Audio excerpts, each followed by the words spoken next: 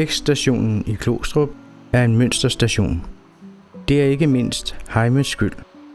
Det er ham, der sørger for, at stationen er pæn og ryddelig, så kunderne kan få en god oplevelse, når de tanker og handler i butikken.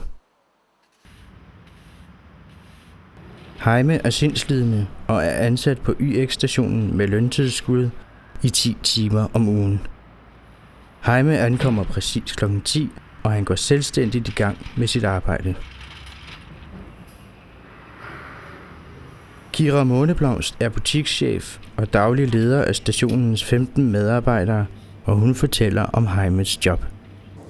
Heimes job er at passe forpladsen derude, gå og rydde op og tømme skraldespanden og fylde op og sørge for, at det hele fungerer derude. Så det har han fået stort set hele ansvaret for. Heime har været ansat i cirka 2 år hernede. Heime klarer det rigtig godt. Heime er med tiden vokset rigtig meget med opgaven, og han er meget omhyggelig med sine opgaver, gør det meget grundigt. Og man kan altid regne med Heime, han kommer, og han sørger for, at det hele er i orden, inden han går. Kollegerne har stor respekt for Heimes arbejdsindsats og også for hans person. Han hjælper gerne, både når han bliver spurgt, men også helt af sig selv, når han kan se, at kollegerne eller kunderne har brug for det.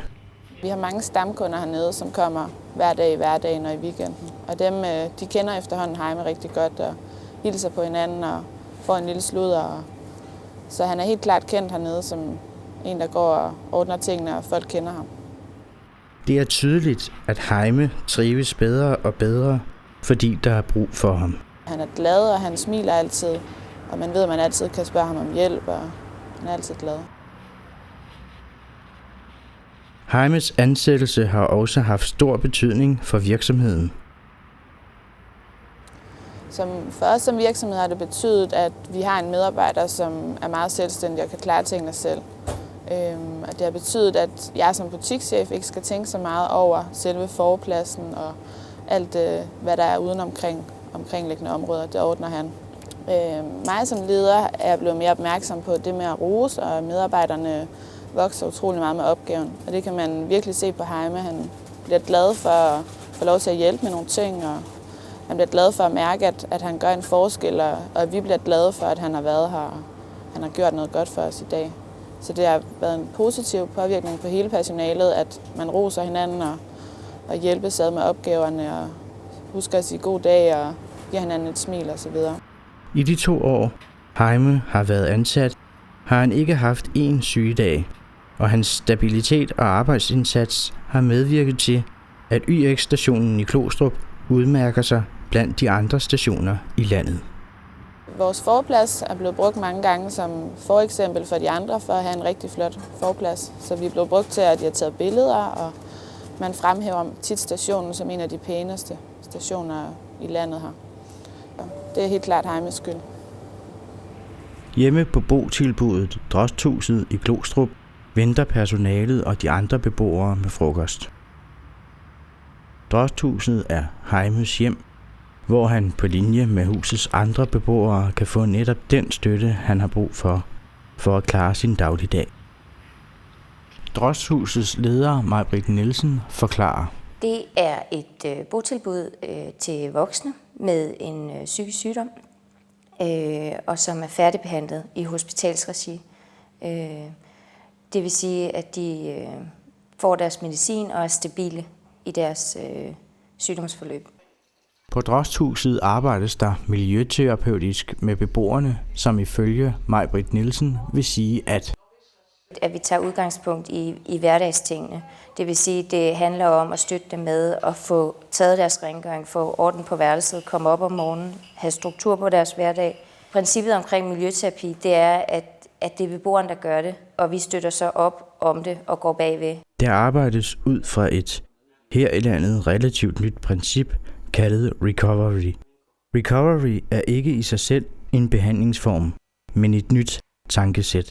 Det handler om, at man har en grundlæggende tro på, at alle kan komme sig. Og det vil sige, at man kan også sagtens blive rask og komme af med sin diagnose. Det, man kan sige, der er det nye i det, det er, at man ikke tænker, at psykisk sygdom længere er kronisk. At det rent faktisk er muligt at få en fuldstændig normal tilværelse igen. På Drosthuset arbejdes der målrettet mod at få beboerne ud i ekstern beskæftigelse. Alle har en drøm om at komme ud og få deres egen bolig og have et arbejde og få en kæreste og en familie.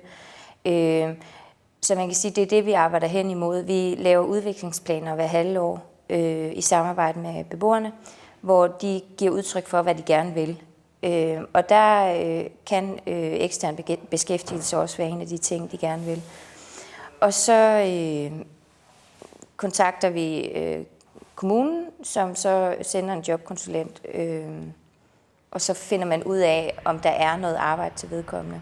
Et rigtigt arbejde er altså et skridt på vejen mod det at blive rask, og ifølge Maj-Britt er der endnu mere positivt at vinde. For den sindsiddende giver det en hel masse på selvværdskontoen, og de får en tro på sig selv, som gør, at de kan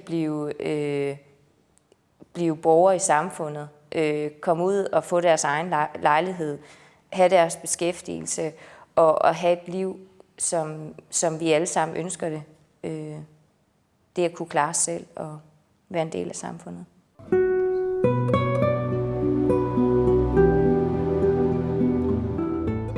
I opholdsstuen på Drosthuset slapper Jaime af med guitarmusik og hyggesnak. Han ved godt, at han er heldig, for han har et godt job, hvor han er værdsat. Han ved også, at han er en del af den succeshistorie, som han, YX-stationen, Drosthuset og Glostrup Kommunes jobkonsulent i fællesskab har formået at skabe.